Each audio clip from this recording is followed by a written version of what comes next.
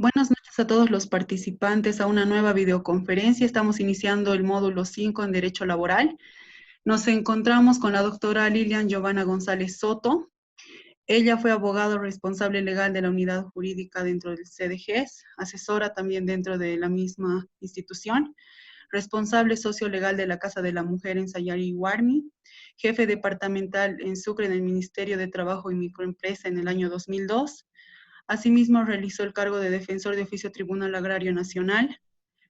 Cumplió una función como asesora legal dentro de la Universidad Mayor Real y Pontificia San Francisco Javier de Chuquisaca y actualmente desempeña el cargo de docente dentro de la carrera de Derecho de Trabajo y su procedimiento en la Universidad San Francisco Javier de Chuquisaca.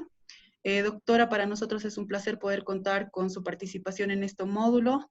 Estamos seguros de que va a ser de mucha importancia para los participantes poder conocer un poco más a fondo respecto a este tema del derecho laboral. Ahora, por favor, yo le doy paso para que usted pueda iniciar su exposición.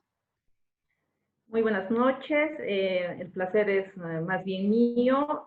Espero colaborar, brindar apoyo y que algunas dudas que tengan, por favor, yo las pueda absolver. Obviamente, de acuerdo a los conocimientos que he adquirido, derecho de trabajo es una materia amplia, con mucha normativa dispersa, pero realmente es apasionante.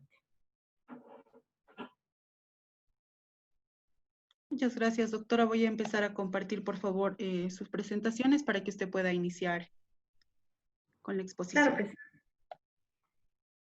Ya, la siguiente diapositiva, por favor. Empezaremos por lo esencial que, bueno, todos deben saber, ¿no? Que son las tres características esenciales de una relación laboral, ¿no? Tenemos lo que es la relación de dependencia y subordinación del trabajador frente al empleador. Esto implica, ¿no?, que el trabajador se obliga a estar a disposición del empleador a cumplir las normas, las reglas, el reglamento interno. La prestación del trabajo por cuenta ajena, que es la segunda característica, señala que el trabajo se realiza a favor de un tercero, que en este caso es el empleador. Y finalmente tenemos la percepción de la remuneración en cualquiera de sus formas. Estamos hablando de una remuneración diaria, de una remuneración semanal, de una remuneración quincenal y la que es más conocida, la remuneración mensual. Pasamos, por favor, a lo que son los principios del derecho del trabajo. Siguiente diapositiva. Tenemos un principio esencial, elemental, que está reconocido en la Constitución Política del Estado, es el principio protector, ¿no? Donde el Estado se ve obligado a proteger al sector más vulnerable, que en este caso es el trabajador. Dentro de este principio tenemos tres subreglas bien importantes.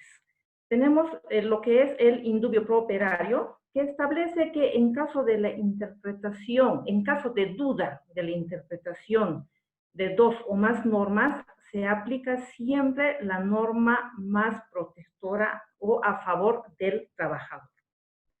Inclusive este principio se aplica en lo que son las sentencias de los juzgados en materia laboral, ¿no? Es la que más se nombra y la que más se menciona. Tenemos otra subregla dentro del principio protector, que es la de la condición más beneficiosa, ¿no? ¿Qué significa esta subregla? Significa que cuando existe una situación o una norma concreta reconocida, ¿no?, y se aplica otra nueva norma, ¿no? Estamos hablando de dos normas, una que ha sido ya reconocida y otra que se está recién promulgando. En este caso, esta subregla nos indica que se debe aplicar siempre la norma más favorable. Les doy un ejemplo, digamos, leve, ¿no? Si, digamos, resulta que en la anterior norma, en un decreto supremo, no sé, reconoce que el bono de antigüedad, digamos, corre a partir de los 2 años, tal como es actualmente, ¿no? El decreto supremo 21060, en su artículo 60, justamente establece una escala del bono de antigüedad. Y, sin embargo, sale una nueva norma y dice, no, bueno, ahora se va a aplicar el bono de antigüedad a partir de los 3 años. Entonces, en este caso se va a aplicar ya la norma que ya ha sido reconocida, porque ya se habrían consolidado los derechos del trabajador. Tenemos otra subregla en la que dice la norma más favorable. Señala esta subregla que en caso de existencia de normas de distinta jerarquía, como la vamos a ver posteriormente, no estamos hablando de decretos, leyes, resoluciones ministeriales, que son de distinta jerarquía, pero siempre se aplica la norma más favorable al trabajador. Siguiente diapositiva, por favor. Tenemos otro principio elemental y esencial, que es el principio de irrenunciabilidad, que está contemplado en el artículo 4 de la Ley General del Trabajo y en el artículo 48 de la Constitución Política del Estado. Este principio establece que todos los derechos y beneficios sociales del trabajador son irrenunciables. Y aquí lo elemental dice que será nula cualquier convención en contrario. ¿Qué quiere decir? Que si un trabajador renuncia de manera escrita a algún derecho o beneficio, así él esté de acuerdo, este documento es nulo. Además, recordemos algo muy esencial en lo que es materia laboral. Si bien hay acuerdos que son acuerdos entre partes y ambas partes dan su consentimiento, en materia laboral, por si acaso, el consentimiento del Estado está por encima del consentimiento de las partes, o sea, es decir, del trabajador y del empleado. Seguimos. La siguiente, por favor. Tenemos otro principio elemental que es la retroactividad de las normas laborales. El artículo 123 de la Constitución Política del Estado establece que todas las normas se aplican desde el momento de su promulgación, ¿no? Excepto en materia laboral, en materia penal y de corrupción. Cuando se refiere a materia laboral, esta retroactividad tiene que estar establecida en la norma. Por ejemplo, sabemos que cada año se emiten los decretos supremos del mínimo salarial y en sus disposiciones finales establece que el mínimo salarial se aplicará desde el 1 de enero de manera retroactiva. En caso de que las normas no contemplen esta retroactividad, obviamente se va a aplicar desde el momento en que se promulga esta norma laboral. Siguiente diapositiva. Tenemos otro principio de inembargabilidad, ¿no? Que está también reconocida en lo que es el parágrafo 4 del artículo 48 de la Constitución Política del Estado, y nos dice que los salarios y los sueldos, tanto como los derechos y beneficios sociales, son inembargables e imprescriptibles. ¿Qué significa esto, no? Que los sueldos del trabajador no pueden ser embargados. Claro que esto tiene también una excepción, excepto en los trámites de asistencia familiar. Solamente en este caso pueden embargarse los sueldos. En otros casos, ya sean deudas con entidades bancarias, ya sea deuda con particulares, no pueden embargarse los sueldos. Entonces, el trabajador tendrá que demostrar, si tiene una cuenta bancaria donde se hacen los depósitos de sus sueldos, que esa cuenta bancaria es exclusiva de sus salarios, ¿no? Para que no proceda la inembargabilidad. Y aquí hay otra institución bien importante. Estamos hablando de que los derechos y beneficios tampoco prescriben. En otrora, el artículo 120 de la Ley General del Estado, de la Ley General del Trabajo, establecía que los derechos y beneficios sociales prescribían después de 2 años de haber concluido la relación laboral. Sin embargo, este parágrafo 4 del artículo 48 de la Constitución nos dice que esos derechos y beneficios ya no prescriben. Y la gran pregunta es, ¿desde cuándo no prescriben? Hay un auto supremo que establece justamente el 176-2015, establece que los derechos y beneficios sociales no prescriben a partir del 7 de febrero del 2007. es decir, 2 años antes de la promulgación de la Constitución Política del Estado, tomando en cuenta justamente el artículo 120 de la Ley General del Trabajo, que establecía que a los 2 años prescribía. Entonces, esta línea jurisprudencial ni siquiera establece, ¿no?, desde la promulgación de la Constitución, sino dice 2 años antes de la promulgación. Entonces, cualquier persona que se vea afectado, que no haya reclamado sus derechos y beneficios sociales, entonces a partir del 7 de febrero del 2007 son imprescriptibles. Seguimos.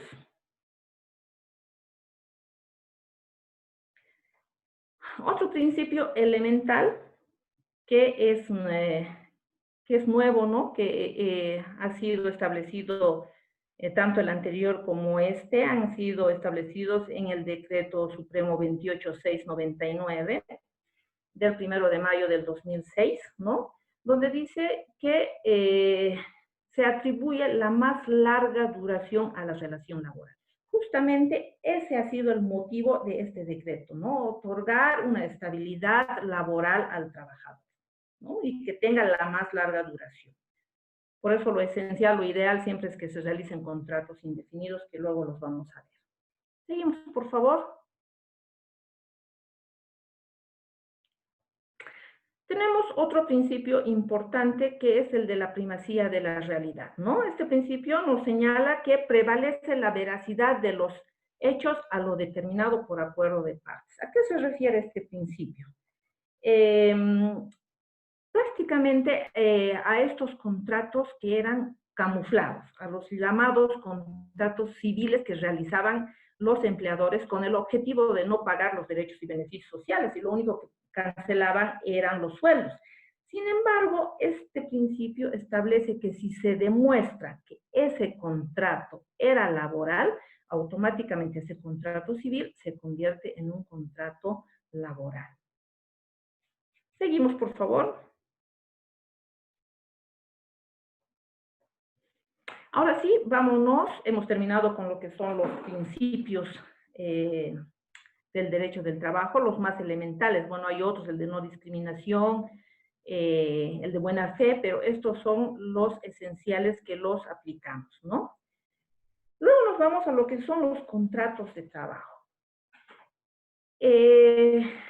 La ley 224, ¿no?, en su artículo 6, que es el decreto reglamentario a la Ley General del Trabajo, nos da un pequeño concepto de lo que es un contrato de trabajo, ¿no? Y nos dice que un contrato de trabajo constituye la ley entre partes y que sus cláusulas no implican una renuncia del trabajador a cualquiera de los derechos que son reconocidos.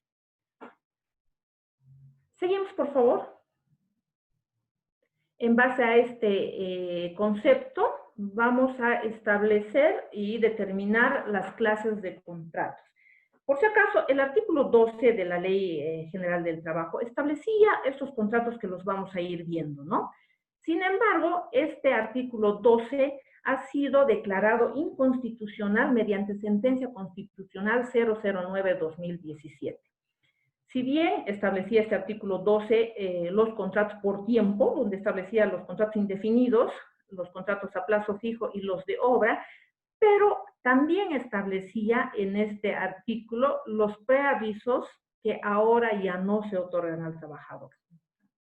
Antes existía el preaviso por parte del empleador al trabajador para poder concluir la relación laboral o el contrato de trabajo con 3 meses de anticipación, con el objetivo de no pagar el desahucio.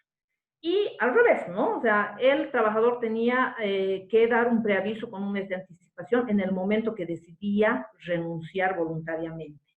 En caso de que una de las partes omitiera este preaviso, abonaba el monto que establecía este artículo. Como les digo, este artículo ha sido declarado inconstitucional. Sin embargo, los contratos siguen vigentes con las normativas establecidas, como es el Decreto Ley 16187 del 79, la Resolución Ministerial 283 del 72 y la Resolución Ministerial 193 del 62. En ese entendido tenemos lo que es el contrato indefinido, ¿no? Este contrato indefinido es el que legalmente se debería realizar en todos los trabajos. por el tema de la estabilidad laboral y de la continuidad laboral, ¿no? Que da la más larga duración a la relación laboral. Estos contratos de trabajo indefinido deben ser de manera escrita, ¿no? Tienen una fecha de inicio, pero no tienen una fecha de conclusión, ¿no? Sin embargo, obviamente puede, por alguna causal, por ejemplo, o alguna causal justa de despido, puede concluir este contrato de trabajo indefinido o también por renuncia, por muerte, por cierre, etcétera, de tanto de la empresa como del trabajador. Seguimos, por favor. Bien, lo que les decíamos, ¿no? Ahora vamos a ir a lo que es el contrato de trabajo a plazo fijo, ¿no? Este contrato está estipulado en el Decreto Ley 16.187 y nos dice que este contrato de trabajo tiene una fecha de inicio y tiene una fecha de conclusión. Y este decreto ley establece ciertas características para poder suscribir esta clase de contratos a plazo fijo. La regla es realizar contratos indefinidos. La excepción es los contratos a plazo fijo. Ahora, ¿qué nos dice este decreto ley, no? Nos dice, para empezar, que los contratos de trabajo a plazo fijo, bueno, en general, no los contratos a plazo fijo. Los contratos pueden realizarse, dice, de manera verbal o escrita. En este caso, también debería ser obligatoriamente suscrito de manera escrita. Sin embargo, reconoce también que los contratos pueden realizarse de manera verbal. Y la existencia de estos contratos verbales, ¿no?, se acreditarán por todos los medios legales de prueba. Además, que los contratos verbales automáticamente se supone que son indefinidos. Este mismo decreto también, justamente aquí nos da los contratos que estaban establecidos en el artículo 12 de la Ley General del Trabajo, ¿no? Habla de lo que son la suscripción de los contratos indefinidos, los contratos a plazo fijo y los contratos de obra y servicio. Otra característica esencial que establece este decreto es que solamente podemos suscribir 2 contratos a plazo fijo. Y la esencial, que sería que no están permitidos realizar contratos de trabajo a plazo fijo en tareas propias y permanentes o del giro de la empresa. Entonces, en caso de que se infrinja y se pueda y se realice un contrato de trabajo a plazo fijo en tareas propias y permanentes, esos contratos se convertirán en contratos indefinidos. Siguiente diapositiva.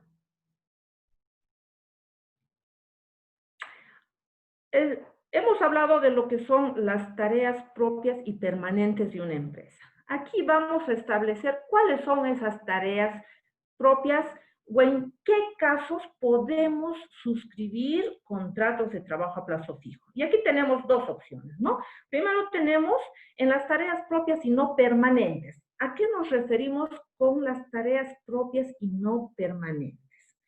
Son aquellas que evidentemente son propias del giro de la empresa, pero que no son permanentes. Tenemos el caso de las suplencias, tenemos el caso de las licencias, las vacaciones, las declaratorias en comisión, los descansos pre- y postnatal. Entonces, en estos casos sí la norma, la ley, nos permite realizar contratos de trabajo a plazo fijo. Otra característica es que, otro que podemos ver que se pueden suscribir contratos de trabajo a plazo fijo son en las tareas propias y permanentes. Hemos dicho que no se permite realizar contratos de trabajo a plazo fijo, sin embargo, aquí sí nos permite. ¿Pero en qué casos? Nos dice cuando solamente esta tarea o este trabajo es por una temporada, por un tiempo. Por ejemplo, tenemos el trabajo de la zafra, ¿no? Que si bien es un trabajo propio y permanente que se realiza cada año, pero solamente se las realiza por temporadas anuales. Entonces, cada año se realiza estos contratos, se puede realizar estos contratos de trabajo a plazo fijo solo en estos 2 casos. En otros casos, la normativa no permite la suscripción de los contratos de trabajo a plazo fijo. Siguiente diapositiva.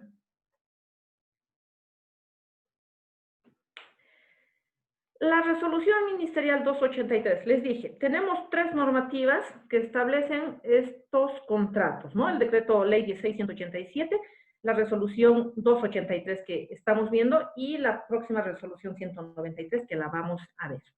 Esta resolución ministerial que establece con respecto a los contratos de trabajo a plazo fijo. Primero nos dice que obligatoriamente debe ser realizado de manera escrita.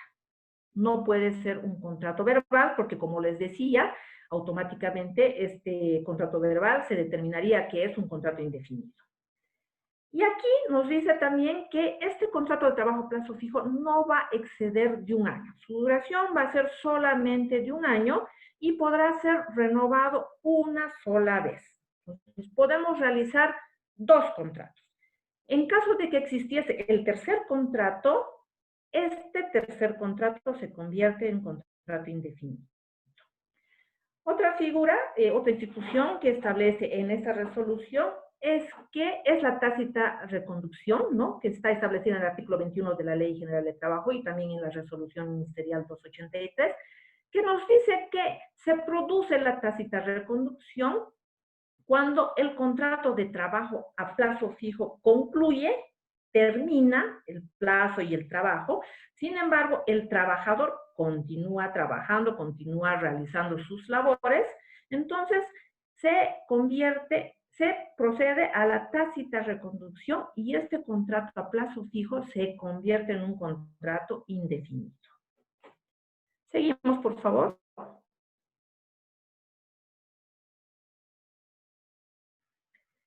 Ahora vámonos con la última resolución ministerial 193, que también establece ciertas características del contrato de trabajo a plazo fijo. ¿Qué nos dice esta resolución? ¿No? Nos dice que aquellos contratos que hayan sido pactados, ¿no?, por un lapso menor al término de prueba, es decir, menor a 3 meses, y que hayan sido suscritos de manera sucesiva y periódica, estos contratos sucesivos, ¿no?, a partir del tercer contrato se convertirán se convertirán en contratos indefinidos. ¿Qué pasa? ¿Por qué ha establecido esta figura, esta resolución ministerial? Lo que pasa es que muchos empleadores, ¿no?, ¿qué hacían con el objetivo de vulnerar derechos o evitar el pago de derechos y beneficios sociales, ¿no? Realizaban contratos inclusive de menos de 90 días, de 88, 89 y 90 días, ¿no?, sucesivos. Realizaban un primer contrato, un segundo contrato, tercero, cuarto, quinto, con una ruptura de días, ¿no?, 5, 10, 15, intentando de que exista la ruptura laboral. Y realizaban varios contratos y, como ustedes saben, los derechos y beneficios, ¿no?, se consolidan a partir de los 3 meses, ¿no? Los 90 días para el aguinaldo, 91 días para la indemnización, 1 año y 1 día para la vacación, y así en todos los derechos y beneficios sociales. Entonces, lo que realizaban, como les digo, era estos contratos periódicos solo con el único objetivo de evitar pagar estos derechos y beneficios sociales y sobre todo que esos trabajadores tengan estabilidad laboral. Sin embargo, como les digo, en esta característica de esta resolución establece que así se realicen los contratos de trabajo a plazo fijo por un término menor a 90 días, entonces desde el tercer contrato, estos se convierten automáticamente en contratos indefinidos, ¿no? La excepción, toda regla tiene excepción, excepto los trabajos por temporada, lo que les decía, ¿no? Que si bien se puede hacer cada año o por temporadas largas, ¿no? Entonces, en este caso no existe, no se convierte en ningún momento en un contrato indefinido. Seguimos, por favor.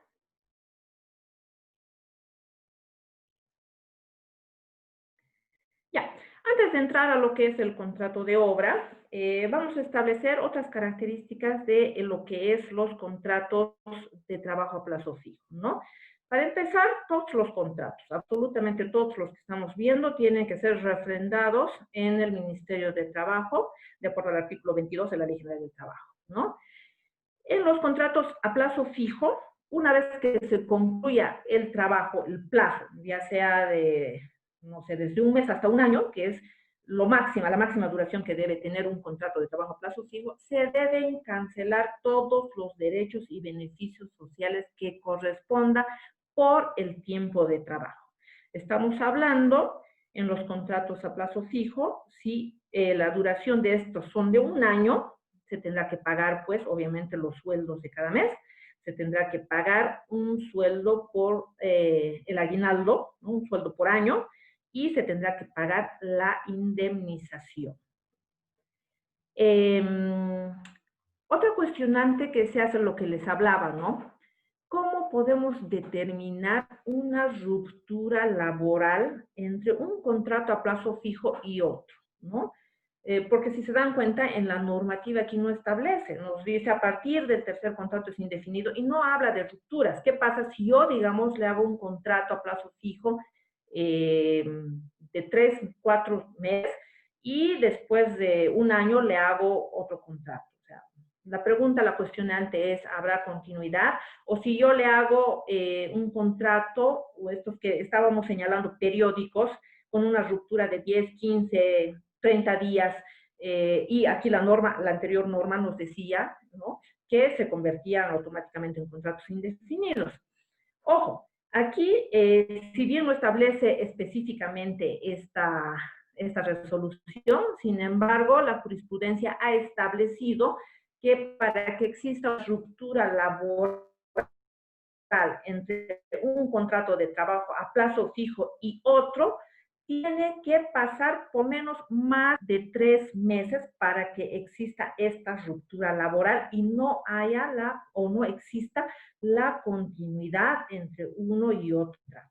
Ojo, aquí también tenemos que tener cuidado, no podemos realizar contratos de trabajo fijo, ¿no?, en las mismas funciones, en el mismo cargo.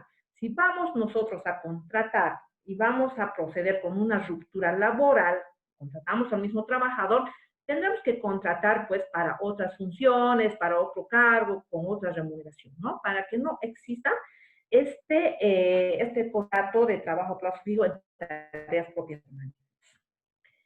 ¿Qué más?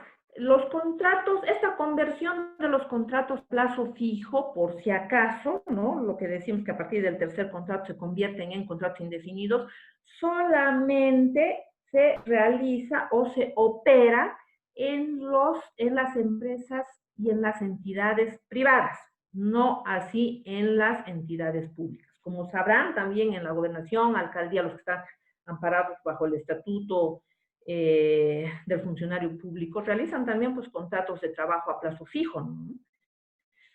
Obviamente sabemos que este sector no está, pues, amparado bajo la Ley General del Trabajo. Sin embargo, establece claramente la sentencia constitucional 0562/2017 que estos contratos a plazo fijo, la conversión a indefinido, solo se opera en las entidades privadas regidas por la Ley General del Trabajo, ¿no?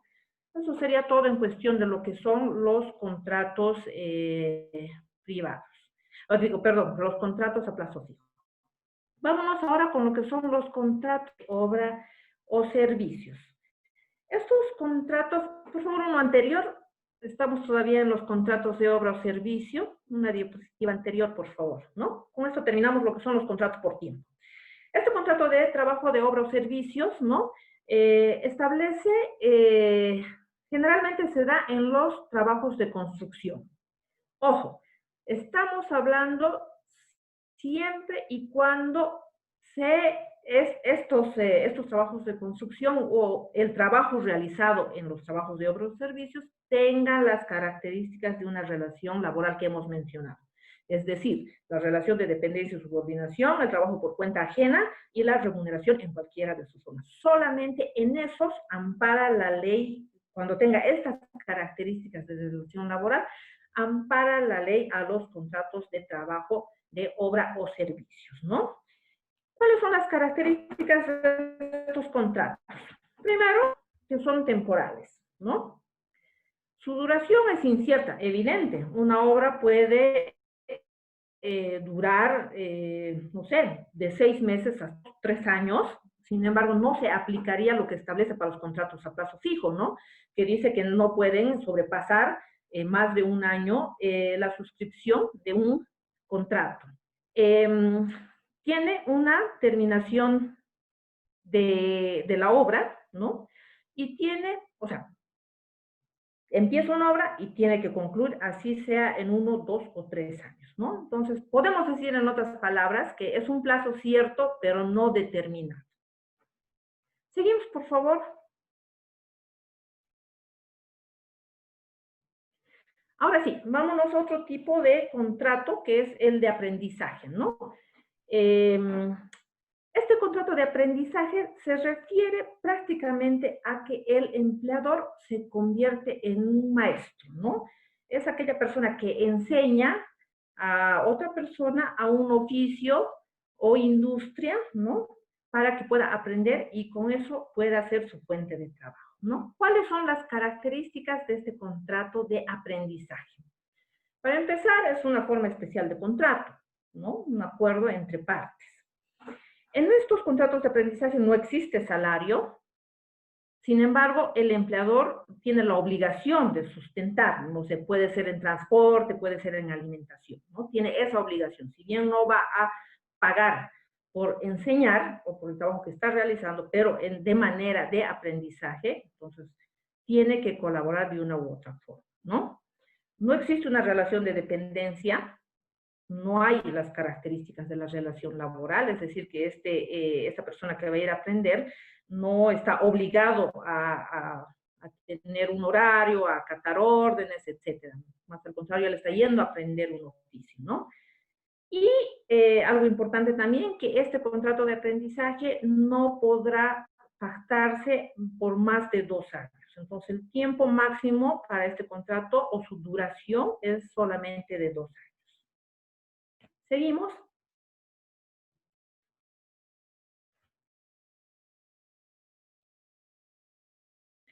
El contrato de enganche, ¿no? Aquí tenemos el artículo 31 de la Ley General del Trabajo y el 9 de su decreto reglamentario, además del decreto supremo 2340 del 11 de enero de 1951, se refieren a lo que es el contrato de enganche. Pues, ¿qué es el contrato de enganche, no?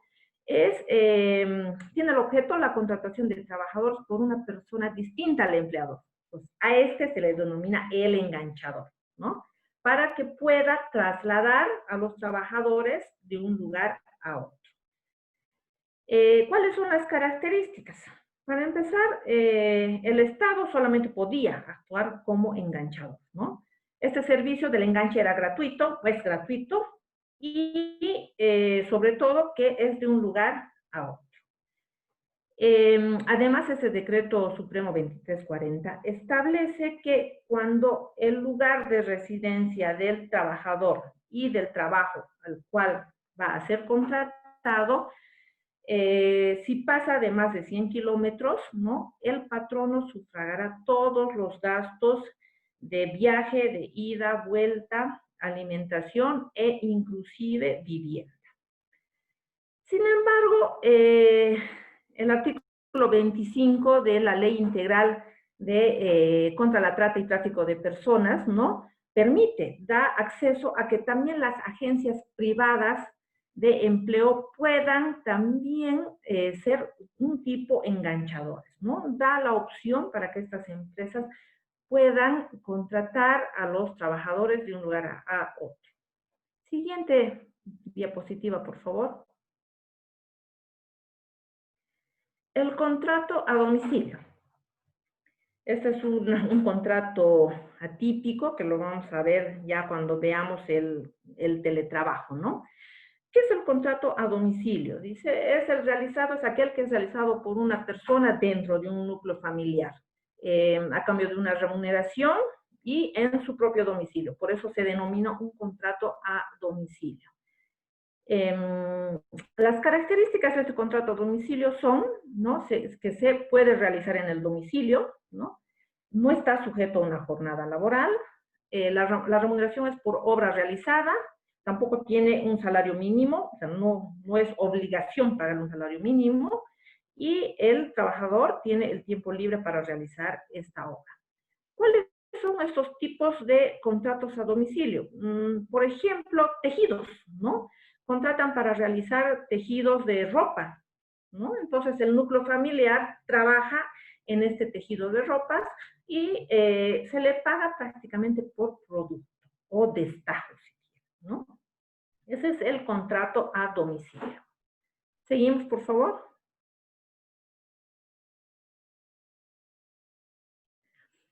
Ahora sí, vamos a entrar a lo que es el otro contrato, que es el teletrabajo, pero vamos a tener como antecedente el Decreto Supremo 1592 del 19 de abril de 1949, que hablaba de las causales de suspensión del contrato. Y la suspensión es, ¿no?, la paralización de las actividades principales, que es el trabajo, y en algunos casos también la paralización de la remuneración, solo en algunos casos, ¿no? Los vamos a nombrar. ¿Cuáles son estas causales de suspensión del contrato de trabajo y que además se deben pagar en su integridad su remuneración, excepto en uno, ¿no? Tenemos lo que es los periodos de enfermedad, tenemos las vacaciones anuales, tenemos los descansos pre y postnatal, las licencias, y he aquí, tanto el inciso E como el H, es que justamente por esto se ha originado lo que hemos pasado con la cuarentena, que es la suspensión de los contratos laborales. ¿Qué dice el inciso E? ¿No? ¿Cuál es una de las causales del contrato? De la suspensión del contrato. Nos dice que es las interrupciones de trabajo originadas por causas ajenas a la voluntad del trabajador. Esta cuarentena por la enfermedad COVID-19 es ajena tanto al trabajador e inclusive como al empleador. Entonces, motivo por el cual se ha tenido que suspender el contrato de trabajo, la relación laboral, desde el momento en que se ha declarado la cuarentena y en otros lugares, inclusive hasta el día de hoy, ¿no?, en algunas ciudades. Los periodos de servicio militar, justamente en este caso, ¿no?, del servicio militar, en este caso no se paga el sueldo como en los otros casos, ¿no? Aquí sí se suspende la remuneración por el tiempo que dure, por las huelgas, los lockouts. Y también tenemos otro inciso que dice cualquier suspensión del trabajo autorizado por ley, un contrato colectivo o el contrato individual. Como verán, se ha emitido desde el Decreto Supremo 4196 hasta los comunicados de resoluciones ministeriales, ¿no?, la suspensión de los contratos de trabajo. Seguimos, por favor, esto como antecedente para lo que es nuestro teletrabajo.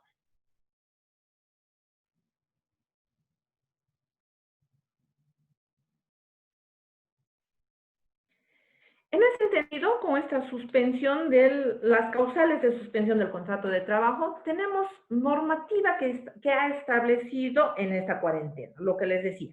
El decreto 4196 del 17 de marzo del 2020, ¿no?, ha declarado emergencia sanitaria y nacional, ¿no?, de cuarentena por la enfermedad del COVID-19 en todo el territorio del Estado plurinacional de Bolivia, ¿no? Esta ha sido la primera norma que ha suspendido las relaciones laborales y los contratos de trabajo, ¿no?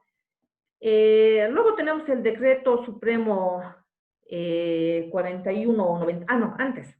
En el Decreto Supremo 4196, ¿no?, además de haber declarado la emergencia, establecía unas licencias especiales para cuatro grupos de trabajadores vulnerables, ¿no?, los que a partir de la declaración de esta cuarentena no tenían que ir a trabajar y gozaban de una licencia especial. Estamos hablando de las personas mayores de 60 años, de las personas embarazadas, de aquellas personas que tenían una enfermedad de base y aquellas personas que tenían hijos menores de 5 años, ¿no?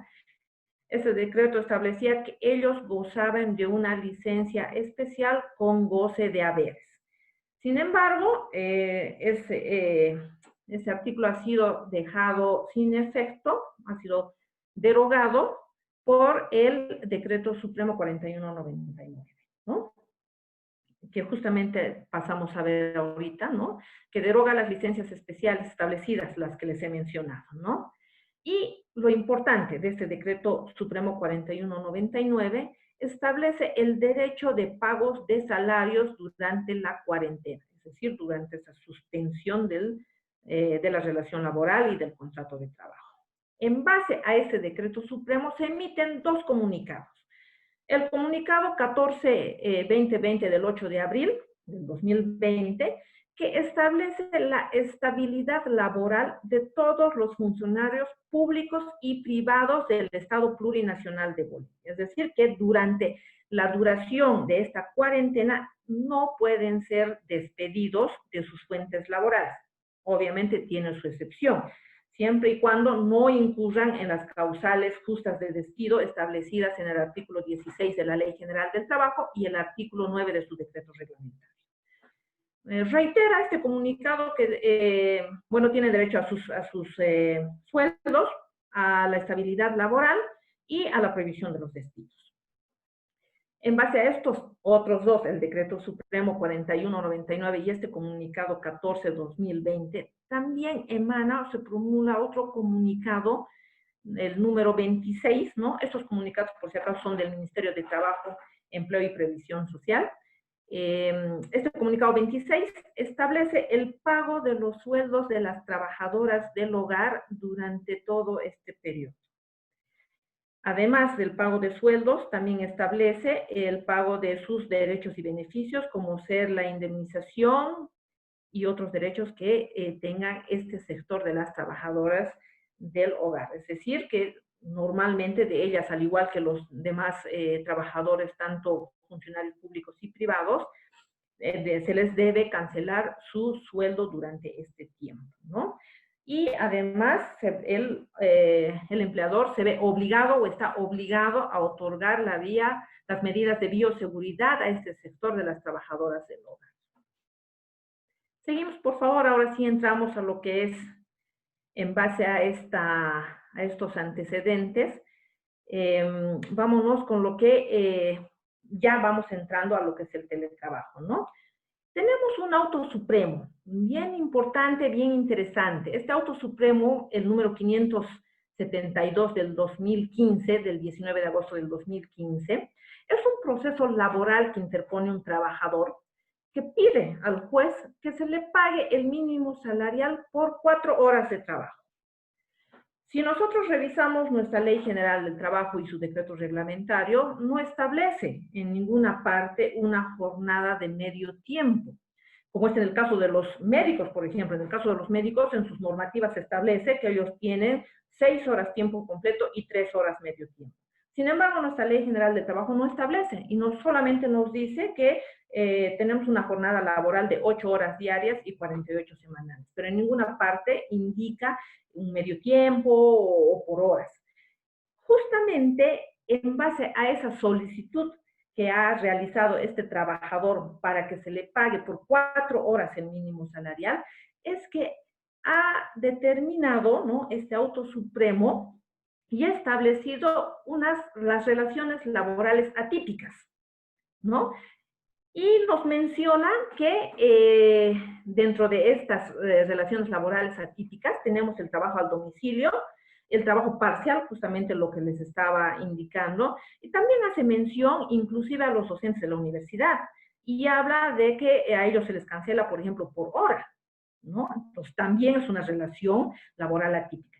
Y es aquí donde menciona justamente a lo que es el teletrabajo. Entonces, este es el antecedente esencial, principal, ¿no?, con respecto al contrato o a la modalidad denominada teletrabajo.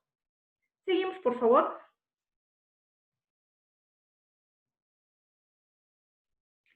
Ahora sí, tenemos el Decreto Supremo 4218, ¿no? Emitido el 14 de abril de 2020, ¿no?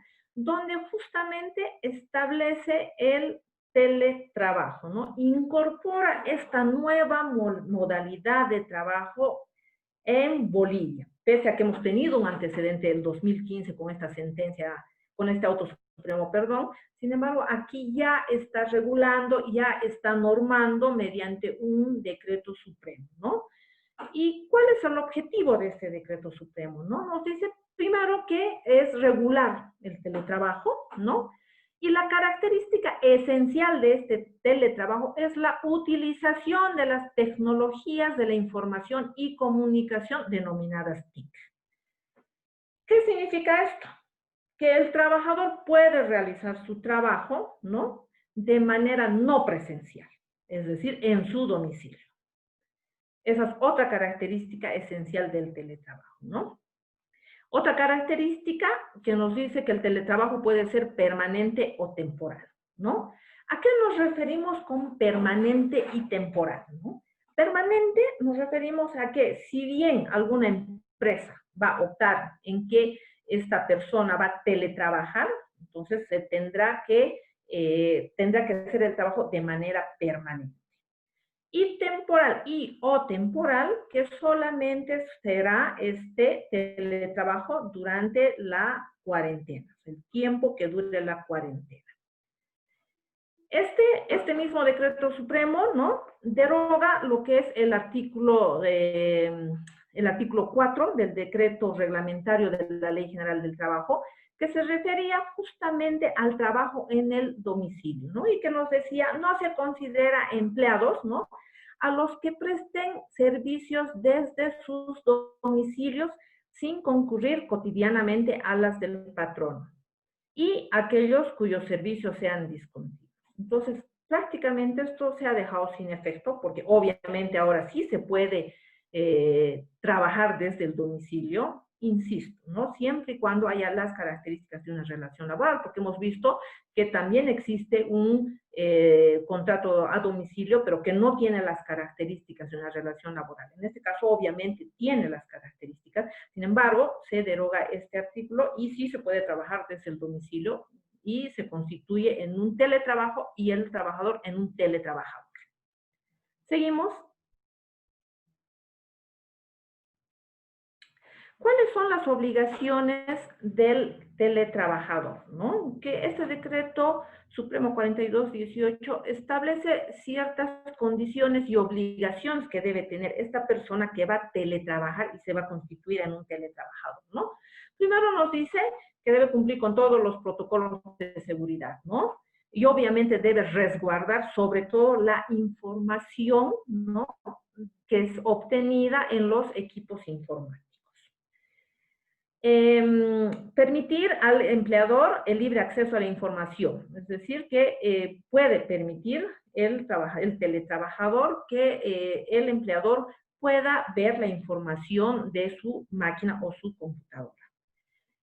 Lo esencial, me olvidaba, ¿no? Obviamente, para este teletrabajo hay dos aspectos fundamentales, ¿no? Si bien el trabajador va a realizar un teletrabajo desde su casa, sin embargo, se tendrá que ver, pues, varios aspectos, ¿no? El tema del internet, el tema de la computadora, quién va a otorgar estos aspectos para que esta persona pueda teletrabajar desde su hogar.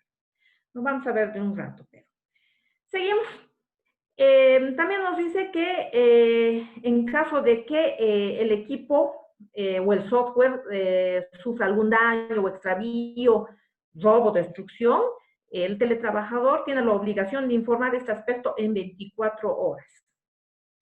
Después tiene la obligación el teletrabajador de guardar confidencialidad sobre la información de propiedad del empleado, ¿no? Estas son las obligaciones que establece este decreto supremo. Seguimos y ahora vámonos con las obligaciones del empleador.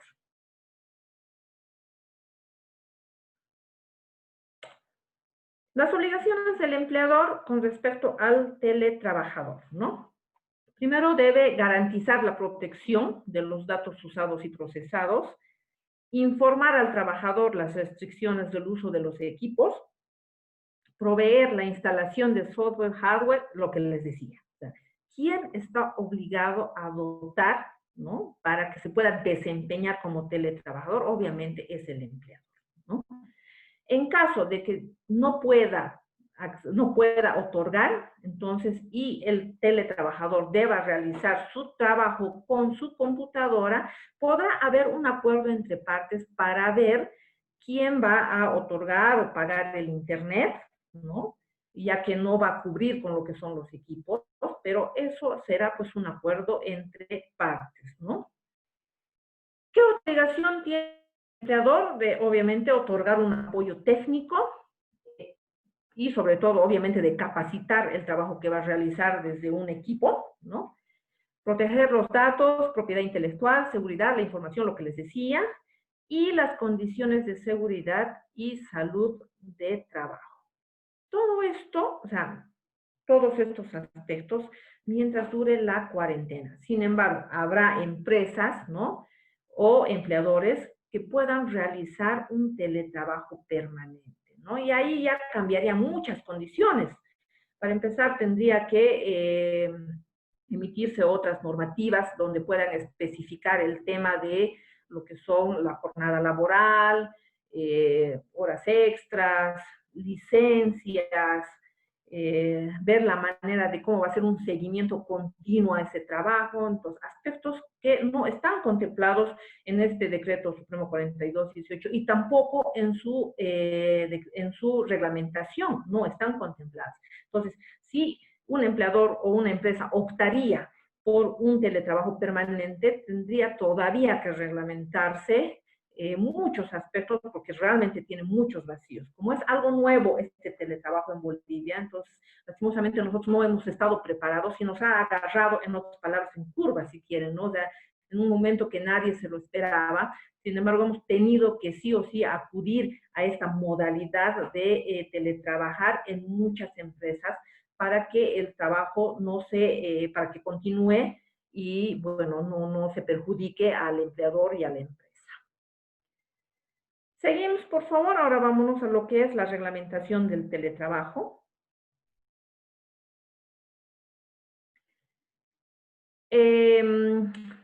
Sale la reglamentación del teletrabajo mediante una resolución ministerial, la 220,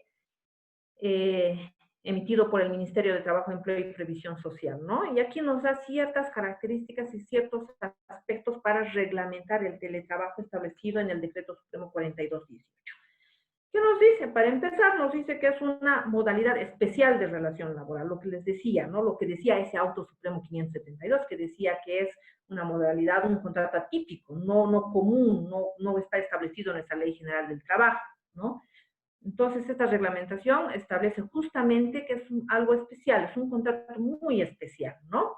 Reitero, la característica esencial de este teletrabajo es el uso de las tecnologías de la información y comunicación, ¿no? Ahora aquí reglamenta, ¿no? En el decreto supremo 4218 decía, ¿no?, que las actividades podían ser no presenciales. Sin embargo, aquí reglamenta y dice que las actividades pueden ser no presenciales o semipresenciales. ¿Qué quiere decir, no? Que puede teletrabajar, ¿no?, desde su casa y paralelamente puede ir algunos otros días a hacer un trabajo presencial. Entonces sería teletrabajar en su casa y asistir a su fuente laboral. Ese sería un trabajo semipresencial. Otro aspecto que nos dice que el trabajador no está obligado a estar a disposición del empleador y cumplir con una jornada laboral, ¿no?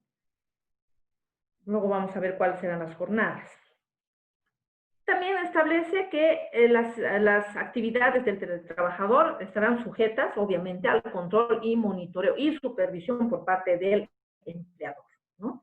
Ahora aquí reitera que el trabajo es permanente o temporal, pero aquí nos señala que se debe realizar un contrato o adenda. ¿A qué nos referimos con esto, no? El contrato se realizará solamente a aquellos teletrabajadores, ¿no?, que sean de manera permanente o aquellos que recién los contrate, ¿no?, pero en calidad de teletrabajador. Se tendrá que realizar un contrato, obviamente, escrito. Y la adenda, ¿no?, se realizará esta adenda a todos los trabajadores ya de planta. ¿Qué es una adenda, no? Una adenda es una modificación parcial al contrato principal en ciertas cláusulas, ¿no? Por ejemplo, ¿qué es lo que va a cambiar? Obviamente el lugar de trabajo. Lo principal, lo elemental, esta cláusula se va a modificar. ¿Y cómo la vamos a modificar? Mediante una adenda. Ojo, esta adenda no es un segundo contrato, no se constituye, porque lo único que está haciendo es modificar ciertas cláusulas del contrato principal, ¿no? O sea, si alguien ha contratado mediante un contrato indefinido para realizar las funciones de auxiliar, y obviamente se pone, ¿no?, en una de las cláusulas, este trabajo se desarrollará en calle Junín número 1, etcétera, ¿no? Justamente esas cláusulas y esos aspectos se van a modificar con una adenda, ¿no? Y aquí esta reglamentación nos obliga a realizar una adenda a todos estos trabajadores que están realizando un teletrabajo, pero que ya son trabajadores de planta, ¿no? Entonces, se tendrá que modificar, uno, lo que es el lugar de trabajo, obviamente, porque luego ya será en el domicilio del trabajador. Se tendrá que modificar inclusive la jornada laboral, hasta 6 horas estaban teletrabajando. Se tendrá que además establecer, ¿no?, en esta adenda, lo que les decía, quién va a correr con los equipos o quién va a dotar de los equipos, el pago del internet, el ancho de banda, etcétera, ¿no? Entonces, todo eso tiene que estipularse y establecerse en esta adenda con el objetivo de reglamentar un poco, digamos, este teletrabajo que va a realizar el ahora denominado teletrabajador, ¿no? Y finalmente tenemos que en caso de fallas en el equipo, ¿no? Si es que hay alguna falla, un corte, no sé, entonces se va a tener que suspender temporalmente el teletrabajo. Seguimos.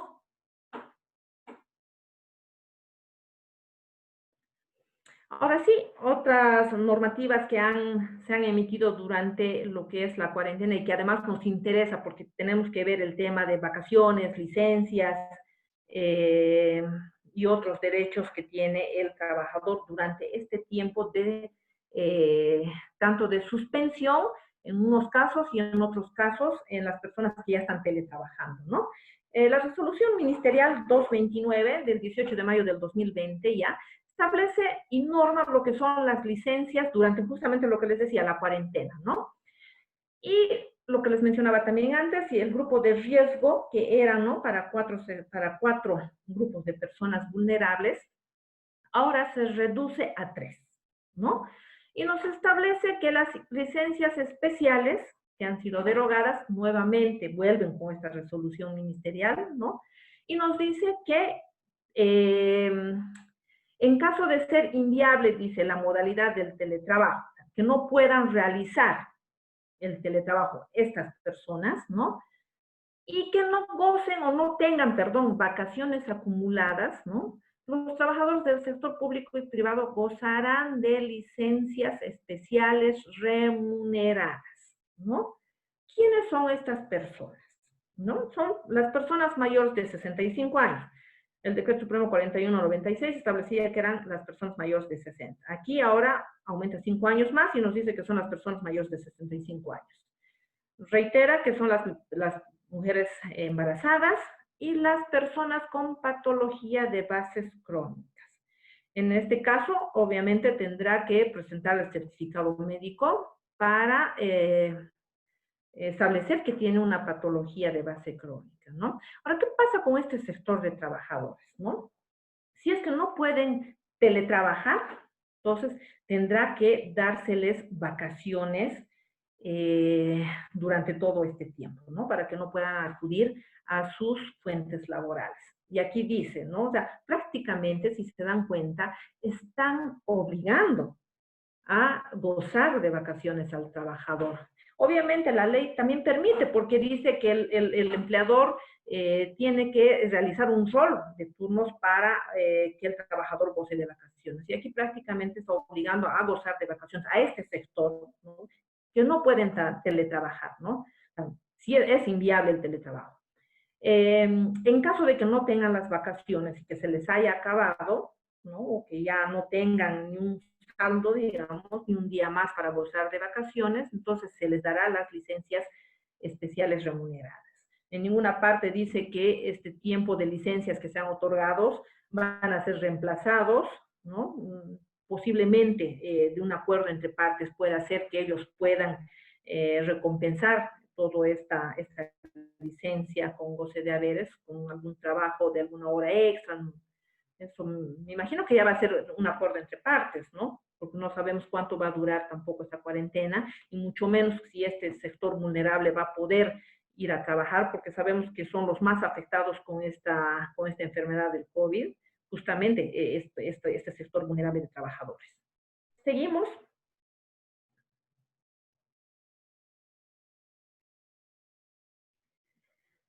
Bueno, finalmente tenemos la resolución ministerial 233 del 29 de mayo de 2020, ¿no? Donde dice que aquí ya regula la jornada laboral, los horarios en que deben trabajar, y nos establece, ¿no?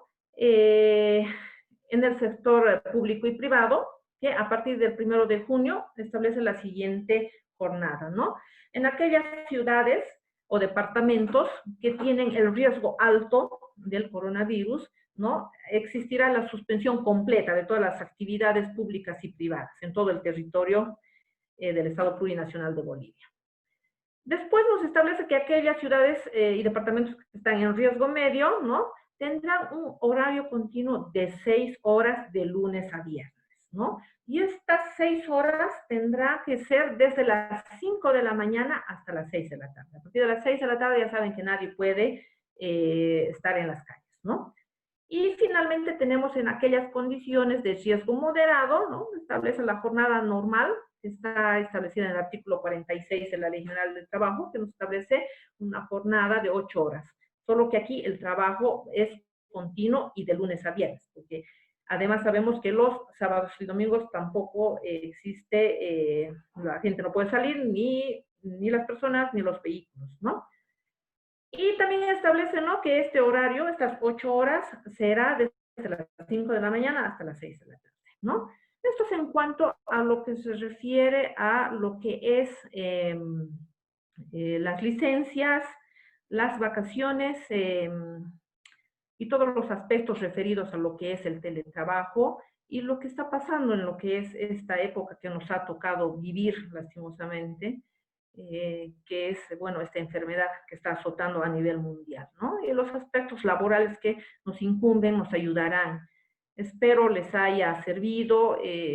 Yo estoy apta para cualquier pregunta, consulta que tenga. Yo sé que hay muchos vacíos que todavía muchos no tienen o no saben cómo poder proceder en esta etapa, ¿no? Y más aún tratándose en este aspecto tan importante como es el trabajo, ¿no? Eso sería todo.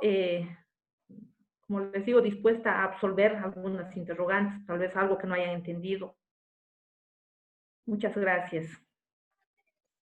Muchas gracias a usted, doctora. Por favor, invitamos a los participantes a que si tienen alguna consulta puedan levantar, la mano para que se les pueda activar el micrófono y hacer su consulta de manera verbal, o también usar, por favor, la aplicación del chat para que puedan hacer sus consultas de manera escrita. Voy a habilitar el micrófono de la doctora Salvador. Me parece que tiene una consulta. ¿Aló? Buenas noches. Gracias. Muchas gracias. Buenas noches. Quería agradecerle por la presentación, ha sido muy clara. Yo tenía una inquietud al principio de la exposición, habló sobre el tema del preaviso. Sí. Me imagino que se debe referir a que en el año 2017 salió una sentencia constitucional que eliminó sobre ello y posteriormente un auto supremo. Y eso es lo que ha generado una repercusión en cuanto al uso de ello, ¿no? Y ha eliminado, por lo que entiendo, el tema incluso del desahucio, de la regulación, por la inconstitucionalidad que declaró por No, determinado artículo, ¿no? no, Aunque el no la pago, conozco muy en profundidad todo el tema, pero sí estoy le al tanto. explico, La le duda que explico, yo tengo, ¿ya? para hacerle puntual, bueno, eso era uno. La duda que yo tengo es sobre el desahucio. Ujú. Hay varias personas que tienen empleados, ¿no es cierto? ¿Qué es lo que pasa con las empresas? Para llevar bien la relación le piden retírate, pero fírmame la carta de retiro y yo te pago igual el desahucio. Pero cuando hay una renuncia voluntaria no procede el desahucio. Iremos desde el principio, ¿no? Evidentemente lo que tú decías, hay una sentencia constitucional, ¿no? La 09/2017, que ha declarado inconstitucional este preaviso, ¿ya? Estamos hablando solamente del preaviso. Sin embargo, el beneficio social del desahucio sigue latente y vigente. Y esto se cancela en caso de despidos injustificados. Entonces sigue, como le digo, vigente este pago del desahucio.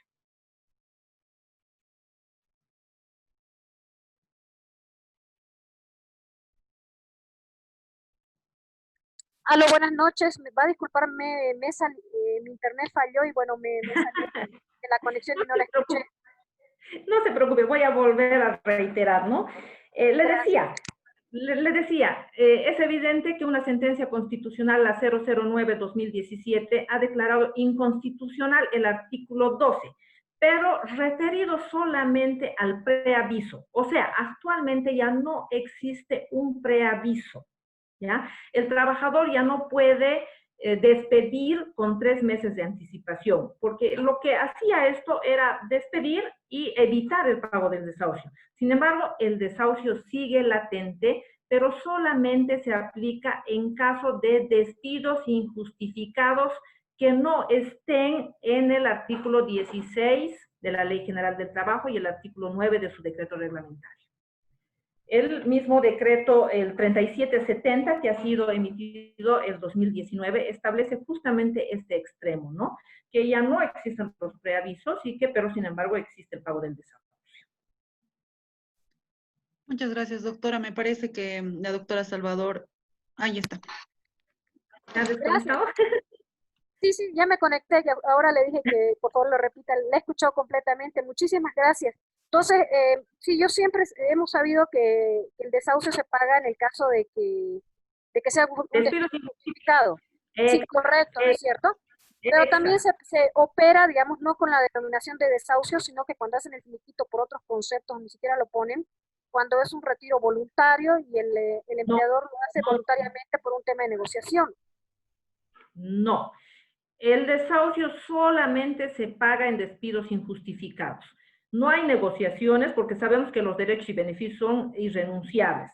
Si, digamos, el empleador obliga al trabajador a firmar una carta, ¿no?, de renuncia, entonces este es nulo de antemano. No puede renunciar a sus derechos y beneficios. Como le digo, Bien, doctora, y no sé si me permite una duda que tengo, porque estoy viendo en estos momentos varias operaciones que se están tratando de hacer, ¿no? Sobre todo con las empresas terciarizadoras, es decir, hay casos, no le digo específicamente, pero he visto durante diferentes años y en diferentes disputas que se han dado también con la terciarización de servicios, donde se, la empresa contrata, digamos, empleados para call center y se las contratan para un call center, digamos, por decir un ejemplo, Tigo, por decir un ejemplo, cualquier empresa que necesite un manejo de call center y no contrata a las personas directamente, sino mediante una terciarizadora. Ocurre que a exacto. veces las personas pueden ser de un oficio que es cambiable como un call center, pero también pueden ser que sean de un oficio especializado muy técnico. Creo que hay varias empresas que se dedican a eso Sí, de sí, sí. recursos humanos. ¿Qué es lo que ocurre? Digamos, es de que a veces el traspaso, es decir, lo que hacen es una relación de terciarización, donde la terciarizadora es la que tiene la relación laboral y la empresa Exacto. en realidad es la que tiene la relación, es una operativa que creo que está hasta en la Organización Internacional de Trabajo sobre un convenio que no se ha ratificado Bolivia, ¿no? Pero lo que pasa es que, por ejemplo, si cambian de la terciarizadora, es decir, ellos quieren seguir con los mismos empleados, pero la cambian a otra, Y ese ¿Ya? tipo de prácticas, la duda que yo tengo que sería un cambio de patrono, digamos, si se aplica dentro del marco de lo que es la ley del trabajo del artículo 11, en el sentido de que, por ejemplo, hacen el traspaso, digamos, le dicen al empleado, ¿sabes qué? Estamos cambiando de tercerizadora, entonces ya no va a trabajar con la tercerizadora X porque no se ha presentado la licitación, pero queremos seguir trabajando con vos. Entonces, esta Y o Z empresa es la que te va a contratar, pero firmame la carta de retiro, ¿no? Le dicen, fírmame la carta de retiro, no te voy a pagar, o sea, no le dicen no te voy a pagar desahucio, pero lo que hacen es eso, retirarlo, y lo recontratan con la otra empresa, con la nueva empresa, la cual va a manejar la administración laboral frente a la principal. Entonces, en ese caso, eh, viéndolo desde un punto de vista como está la norma, deberían pagarle el desahucio, ¿no es cierto? Pero Sí. los empleados no hacen problema porque si no, no lo recontratan para continuar trabajando en la siguiente empresa. O lo que ocurre es que lo recontratan, pero como será un contrato nuevo, están dentro del periodo de 3 meses y a veces tienen miedo de que por cualquier cosa los retiren. Y el traspaso también del seguro de salud, porque tienen 2 meses de carencia. O sea, tiene sus Sí, efectos. Entonces me queda ahí la duda de, por ejemplo, si, no sé si está pasando eso, pero estaba pensando, si pasa eso en este momento, cuando hay el COVID-19, supongamos que es en ese proceso, ¿cómo usted lo valoraría eso dentro del marco de los derechos del empleado, del artículo 11, si es una transferencia del patrono o si realmente es una mala praxis o qué es lo que está pasando desde su enfoque, ¿no, doctora? Esa inquietud tengo. En estos casos, pero sí, en estos casos pienso que no habría un cambio, una sustitución de empleadores, porque estamos hablando de empresas diferentes, ¿no? O sea, no sé, digamos, yo contrato a una empresa de limpieza, ¿no? Para que realice la limpieza de toda una institución. Vamos a hacer un ejemplo pequeño. Y esta empresa, la verá, no sé, cualquier denominación que tenga, esta empresa va a contratar personal, ¿no? Ellos son los que tienen la relación laboral, pero estoy entendiendo con lo que tú me estás diciendo que estos trabajadores tienen contratos de trabajo a plazo fijo, porque si me estás hablando de recontratación, no estamos hablando de contratos indefinidos. Entonces, seguramente estas empresas Te cuento que tienen terciarizadoras. indefinido, son Ah, no, contratos entonces, indefinidos, incluso hay empleados que ya trabajan 8 años. O sea, yo he visto varios casos porque me ha tocado ver estructuraciones empresariales, intervenciones, ya, liquidaciones. Y bueno, ahora me están ya, hablando de esos temas. Y bueno, yo ya, no soy experta soy más experta en derecho empresarial, ¿no? La reestructuración, las ya, actas, pero veo ese tema y la parte laboral la veo muy sensible desde ese enfoque porque en realidad hay mucho en Bolivia empresas grandes de marcas internacionales sí, o de sí, sí, prestigio, sí. digamos, que no quieren vincular la relación y la tercerizan el tema, ¿no? La administración laboral. Está Entonces, prohibido. sucede que justo la persona que les presta el servicio de la administración laboral lo traspasan no quieren seguir trabajando con la empresa por cualquier motivo, entonces tienen que traspasarlo a otra persona. El problema es cómo, qué pasa con el empleador, porque la Constitución, el artículo 48, y hay el artículo 4, la Ley General del Trabajo, y otro decreto supremo, no lo tengo en mente, pero que hablan de que, por ejemplo, de que cuando tú disfrazas la relación laboral de algo para ir en desmedro los derechos del trabajador, entonces no puedes hacerlo si no se mantiene la relación laboral. En este contexto, lo que están haciendo es mantener la relación con el trabajador para que siga trabajando, pero cambiando de patrono, digamos. Entonces, esa es la duda, la inquietud que tengo, sí, como le digo, y usted me dice, no tanto el artículo 11, ¿por qué? Porque hay un traspaso, pero en realidad los empleados siguen trabajando con la misma empresa y lo que cambia es el patrono, nada más, ¿no? Si es Y como son ustedes, contratos indefinidos, sí, en muchos casos indefinidos, quizás hayan algunos que no, ¿no? si es como tú me dices, Patricia, estamos hablando de contratos indefinidos, ¿no? Y que están tratando de camuflar, digamos, o ver que no exista una relación laboral o que no les den estabilidad laboral a sus trabajadores. En todo caso, aquí sí no tiene nada que ver la sustitución patronal, ¿no? Porque además estos trabajadores mantienen absolutamente todos sus derechos, beneficios y sobre todo su estabilidad. Y en caso de que estuvieran haciéndoles renunciar en unos contratos indefinidos, obviamente estos pueden denunciar. Reitero, los derechos y beneficios son irrenunciables. Así haya suscrito o haya firmado el trabajador. Entonces sería bueno en estos casos de poder ir al Ministerio de Trabajo a sentar una denuncia y van a seguramente hacer alguna inspección y algún informe a estas empresas que están bueno, vulnerando los derechos de un trabajador, con todas las características que tú me has dicho. Ah, ya. Gracias, doctora, muy gentil. De nada. Muchas gracias, doctora. Por favor, voy a pasar a leer una consulta del doctor Arévalo. Nos dice, ¿qué pasa en el caso de que la empresa o entidad pueda ofrecer el teletrabajo y no lo hace? Sin embargo, obliga a conformar dos grupos, uno que trabaje por un tiempo y al otro le obliguen a tomar las vacaciones. Repito, pudiendo ofrecer el teletrabajo. O sea, hay dos sectores, dice, de trabajadores, así dice.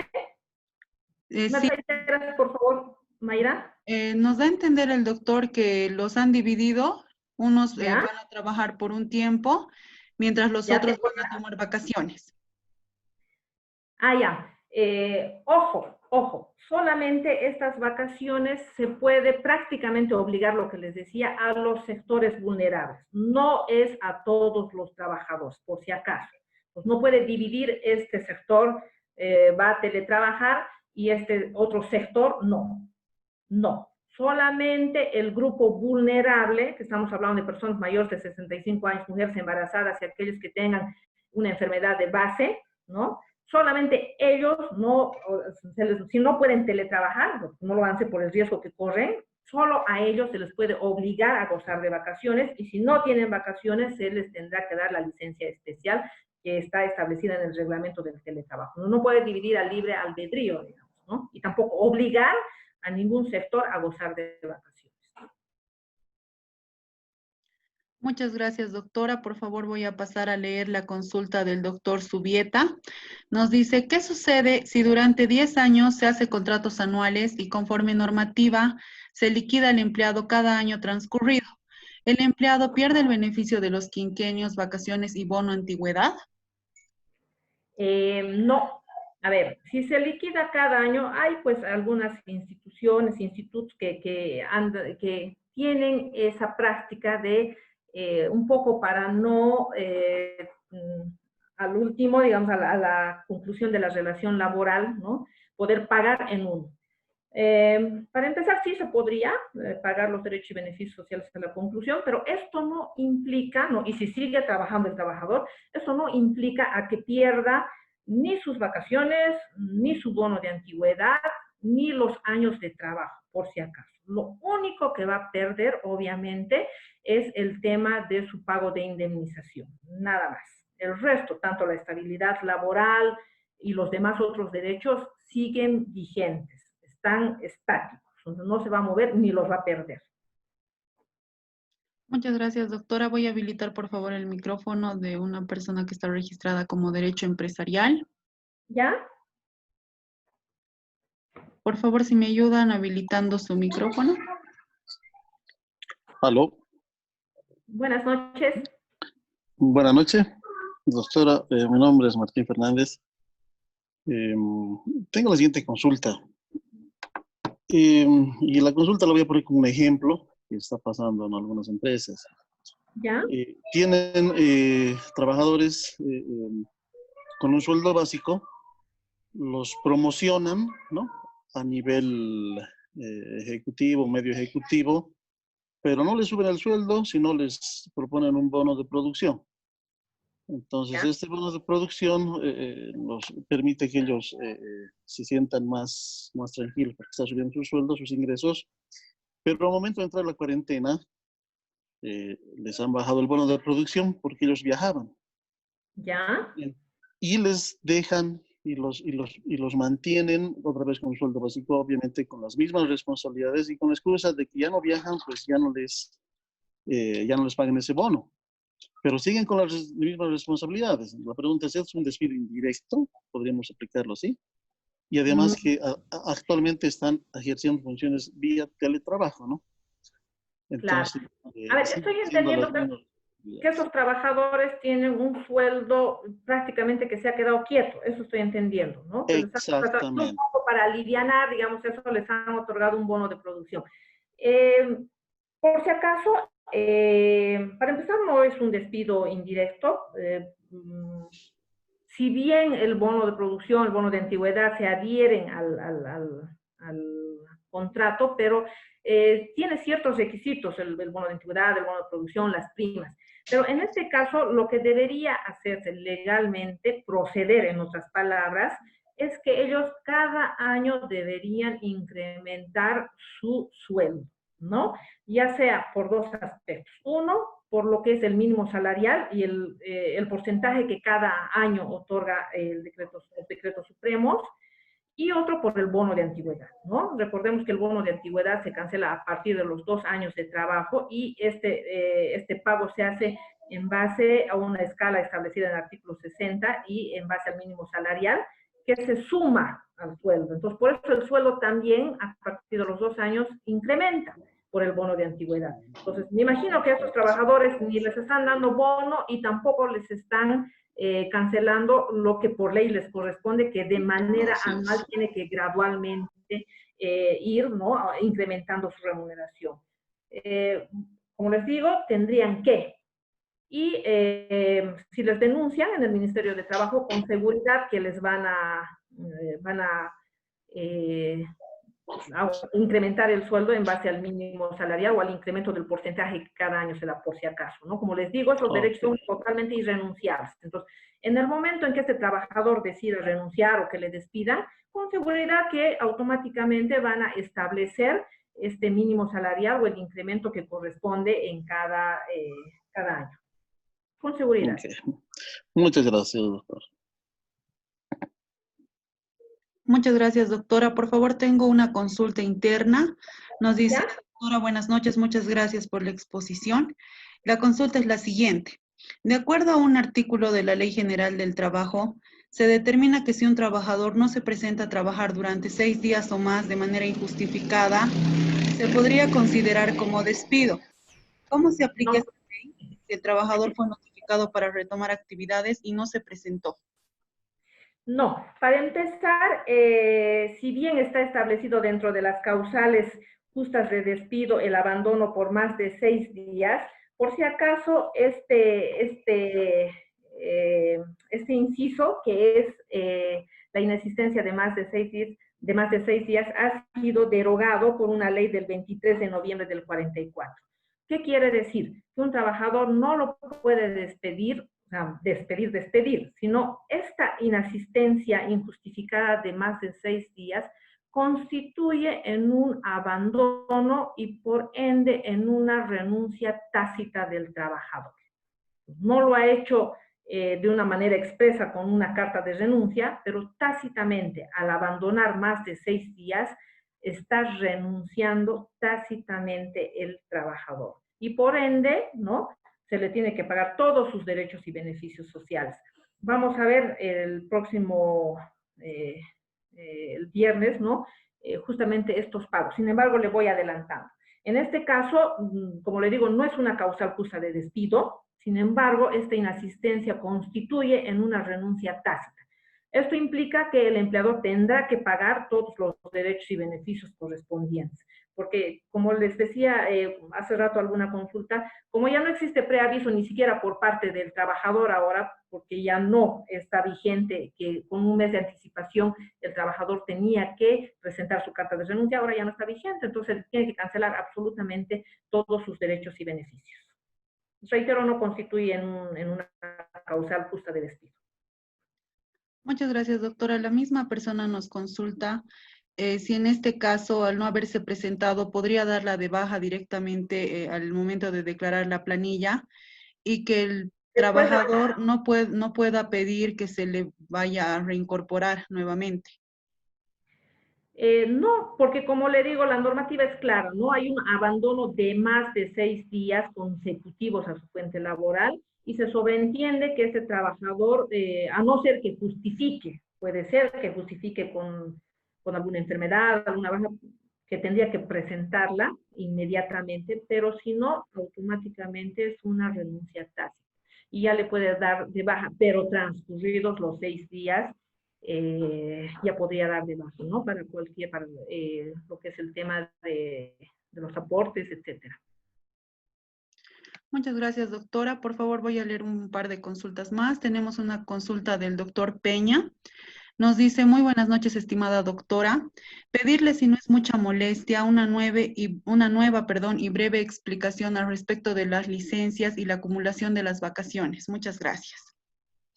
Ya, ¿qué establece la reglamentación a lo que es el teletrabajo? Nos dice que hay un sector vulnerable, reitero, ¿no? Las personas de más de 65 años, las personas embarazadas y aquellas personas que tengan una enfermedad de base, estas personas no pueden teletrabajar, o no pueden, perdón, pueden teletrabajar, pero no pueden asistir a su fuente laboral.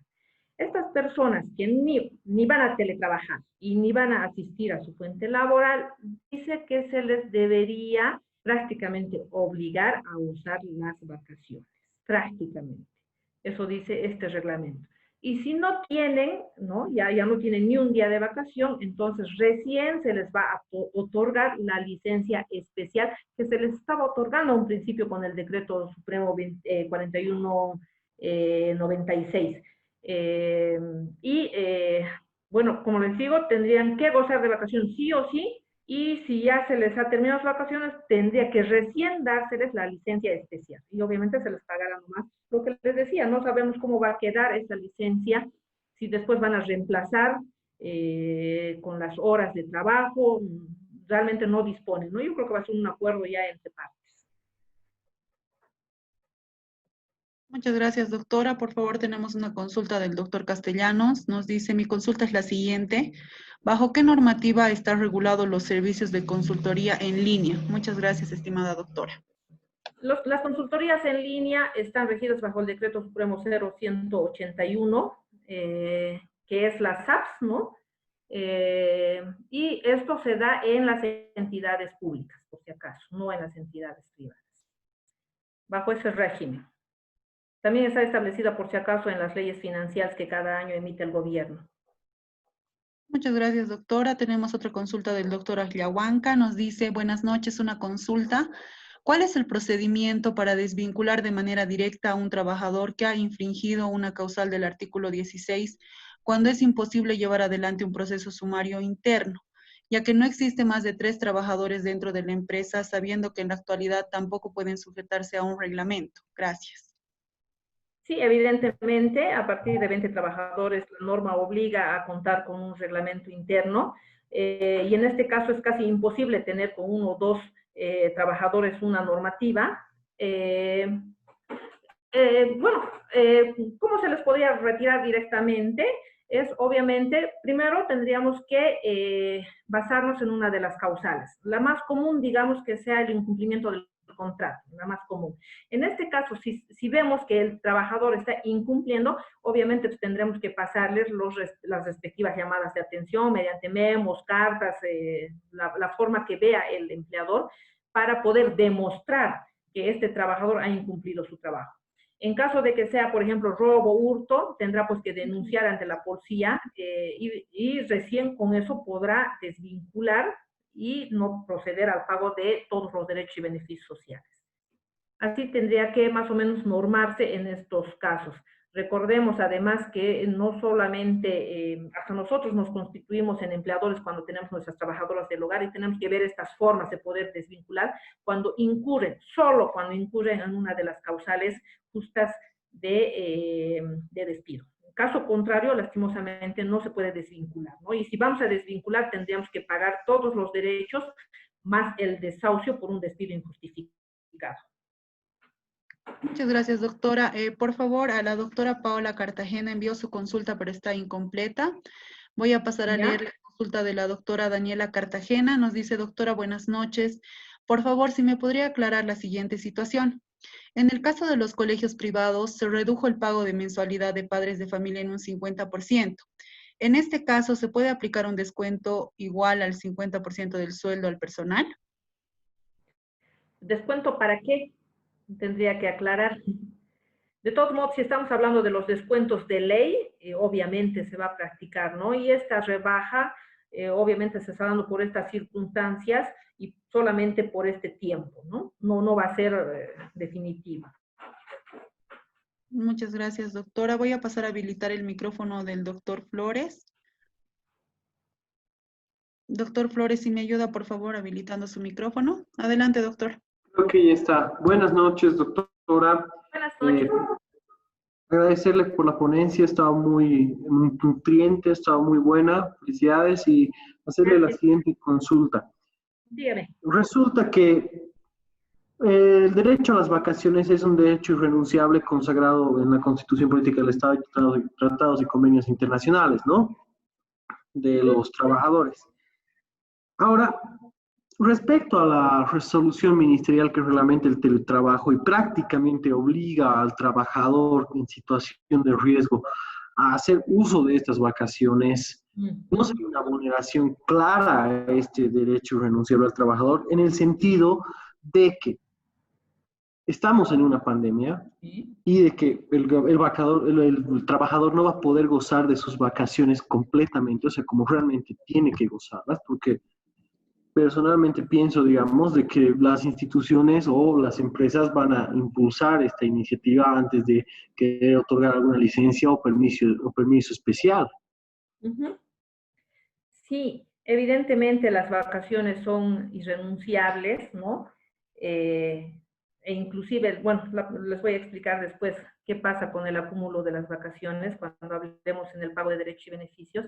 Sin embargo, si bien además esta vacación es por el desgaste físico de la persona, por el trabajo que realiza, es que goza de este descanso anual, ¿no? Sin embargo, estamos hablando solamente de un sector, no estamos hablando absolutamente de que se deba obligar a todos los trabajadores. Es un sector vulnerable que lastimosamente no va a poder volver al trabajo, ya que si vuelve es susceptible de que contraiga la enfermedad y que pueda inclusive hasta fallecer, ¿verdad? Entonces, por eso es que especifica solamente a este grupo vulnerable que se les tendría que prácticamente obligar a gozar de vacaciones y si no cuentan a tener la licencia. Como les digo, no es para todos los trabajadores y solamente se aplicaría, bueno, hasta que dure esto, hasta que ellos puedan retornar sin tener temor a poder enfermarse, ¿no? Con este COVID. Claro, pero si ellos acceden, digamos, a hacer el uso de sus vacaciones, o sea, ya no tendrían que estar supeditados a un teletrabajo, ¿no? No, no, porque no se les, tampoco no, mucha de esta gente no puede optar a un teletrabajo, ¿no? Por muchos motivos, la edad, el estado de salud o el estado de embarazo, ¿no? Entonces, por eso mismo se les está prácticamente obligando a gozar de las vacaciones. Y si no tienen, bueno, igualito van a tener una licencia especial con goce de haberes. Claro, porque uno de los aspectos que más cabe recalcar de la reglamentación de esta, bueno, de la resolución esta que reglamenta el teletrabajo, es el hecho de que primero las instituciones no aportan con los insumos informáticos necesarios para llevar a cabo el teletrabajo y en el caso de las personas con más de 65 años, por la realidad material que nosotros manejamos respecto a estas personas que no están ya muy adaptadas con lo que es la computadora y el celular y esas cuestiones, no han tenido tampoco una capacitación o algo, digamos, para llevar a cabo el teletrabajo. Tampoco queda claro bajo qué parámetros se van a llevar, si van a ser, o sea, vías digitales, así como el Zoom, por ejemplo, como nosotros estamos haciendo, porque hay personas de 65 años que sí, más que hacer documentos o redactar contratos o cualquier cosa, digamos, están en reuniones, ¿no? Sí, y es su trabajo. Exacto, podrían teletrabajar, ¿no? Siempre y cuando te obtengan esa opción que usted dice, ¿no? Sin embargo, si no pudieran, o sea, esta es la regla, si no pueden ni teletrabajar y tampoco pueden asistir, entonces ahí recién se les puede obligar a gozar de vacaciones. Ya. Complicado eso, pero no, yo lo veo un poco así, un poco vulnerador de los derechos del trabajador. Personalmente es una opinión, ¿no? Se ve que un poco vulnera. Sí, como le digo, lastimosamente a este sector, ¿no? Es al que le está tocando, digamos, no pequeña vulneración, ¿no? Pero bueno, poder acceder de esa forma o seguir trabajando, ¿no? Porque es peor, imagínense, yo digo, ¿no? Por lo menos a las personas mayores de 65 años es peor que les inciten o les traten de obligar a jubilarse, que muchos además están con esa idea, ¿no? De poder, ya que no van a teletrabajar ni asistir al trabajo, entonces un poco la manera de obligarles a jubilarse, ¿no? Claro, sí, eso es verdad. Muchas gracias, doctora. Que tenga buena noche. Muchas gracias. Muchas gracias, doctora. Por favor, tengo una consulta interna. Nos ¿Ya? dice, quería consultarle, por favor, qué pasa en el caso de que se realice una sustitución de empleador, pero no se sigue ningún procedimiento, debido a que se consultó en el ministerio y nos indicaron que no era necesario hacer ningún trámite, solo cambiar al momento de declarar. En el caso de que se hayan reconocido sus derechos y antigüedades, las planillas llevarían los años de servicio como bono de antigüedad y se ha estado pagando también finiquitos y quinquenios.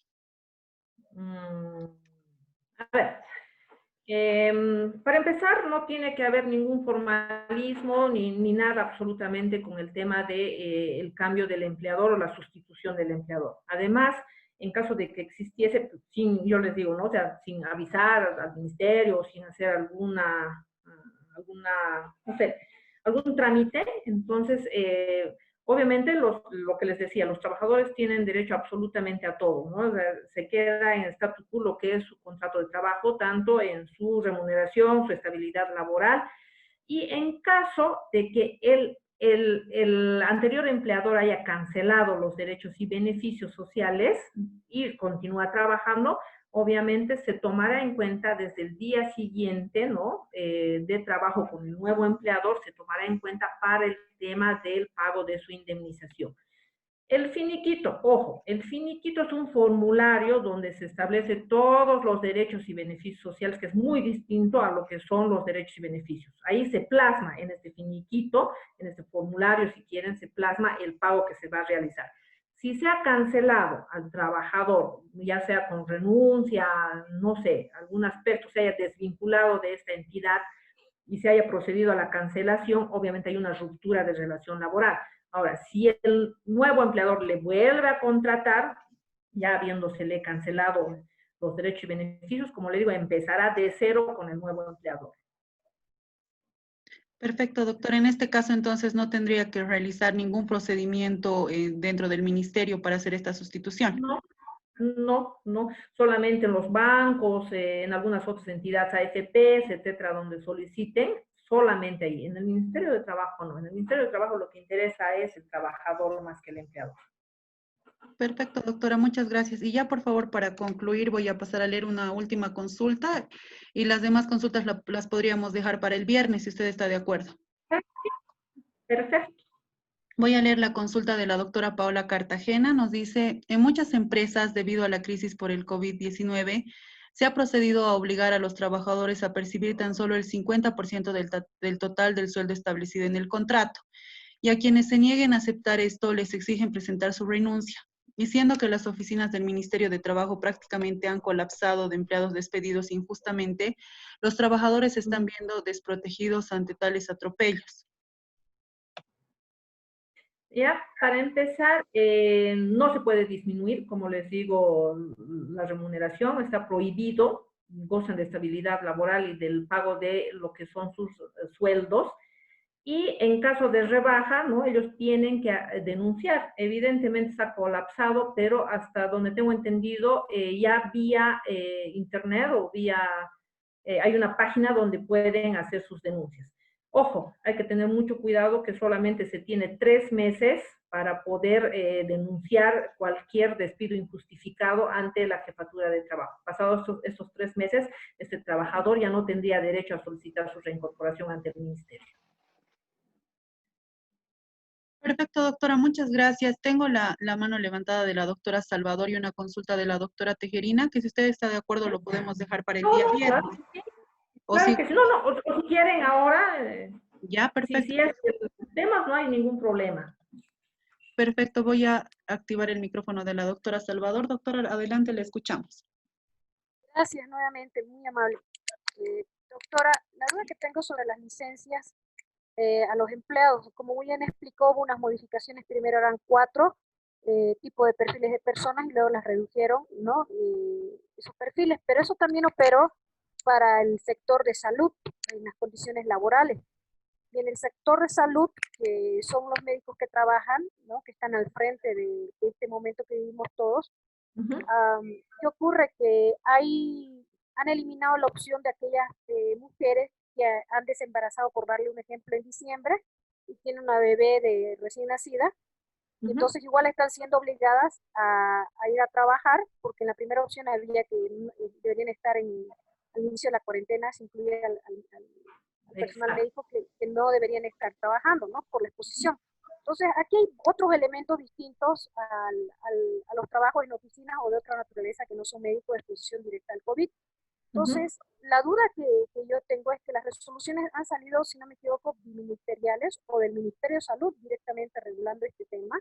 ¿Ya? Y incluso han alcanzado a no permitir de que la persona que, por ejemplo, hay parejas que son, o familias que los dos son médicos, entonces el riesgo se incrementa cuando los dos son médicos de primera línea. Exacto. Y yo tengo un caso justamente de una persona que le han restringido, ha presentado primero el formulario, luego presentó una solicitud explicando esta situación, ¿no? Y luego al final se ha contagiado de COVID. Y debido a eso se ha contagiado su bebé de 6 meses, se ha contagiado su esposo, que es cardiólogo, y ahora la situación laboral, digamos, ¿cuál sería lo que deberían encarar o cómo debería ser la norma? Porque la norma ha determinado ello, pero ¿cómo deberían proceder laboralmente en cuanto se sane esta persona y se sane el papá y la mamá, ¿no? Y tengan que volver a ambos a primera línea? Es decir, ¿cuál sería el ámbito laboral? ¿O si hay alguna normativa? ¿Es competencia del Ministerio de Salud regular esto o es que le han otorgado, es del Ministerio de Trabajo? Esa duda tengo porque es algo imprevisible también que nos ha pasado y las autoridades están asumiendo, ¿no?, las posiciones, pero hay estos riesgos que le explico. Entonces, ¿cómo debería manejarse? ¿Hay algo de las líneas laborales, del derecho laboral? Como por ejemplo, por darle un ejemplo, sé que en la guerra, por ejemplo, cuando dos hijos de una familia van a la guerra y tienen la edad, no se los manda a los dos, sino a uno, digamos, en caso, por dar un ejemplo. Entonces, igual, cuando en una familia hay 2 médicos, no se debería permitir que los dos estén en primera línea, y si se han contagiado ya de esta pandemia, no sé si hay algo en la normativa laboral que regule de mejor forma este tipo de eventualidades, o principios laborales, de derechos. Evidentemente tienes mucha razón y yo lo decía, lastimosamente esta normativa, este decreto supremo del teletrabajo y su reglamentación tiene muchos, pero muchos vacíos con respecto a muchos derechos, beneficios, estabilidad. Lo que tú mencionas es algo que con seguridad no se ha ocurrido, digamos, ponerlos en esta normativa, al indicar, para empezar, se ha quitado que las personas que tienen hijos menores de 5 años ya no es un grupo vulnerable. Eso establece esta reglamentación del teletrabajo, lo que estaba establecido en primera instancia cuando se ha declarado la cuarentena. Pienso yo que en caso de vacíos habrá que aplicar, pues no sé, algún acuerdo entre partes, digamos, para poder proteger también a este sector. En este caso en especial, como tú decías, si bien se ha emanado normativa en el reglamento tanto del ministerio, pero yo pienso que en su fuente laboral, ya viendo estos aspectos, ¿no?, y el riesgo que corre estas dos personas y del contagio, y más aún si se han contagiado y de que puedan contagiar a niños menores de 5 años, pueda haber pues esta empresa, esta institución de salud en este caso, ver alguna posibilidad de otorgarles nomás una licencia especial a estas personas, ¿no?, estos dos trabajadores. Si bien no está establecido en la normativa, pero sería la empresa la que tendría que otorgar esta licencia, porque además tampoco te prohíbe en ninguna parte de esta reglamentación, no te dice se prohíbe otorgar licencias especiales a ciertos trabajadores, y ustedes saben lo que no está prohibido está permitido. Entonces, pienso nomás que se les debería otorgar estas licencias especiales.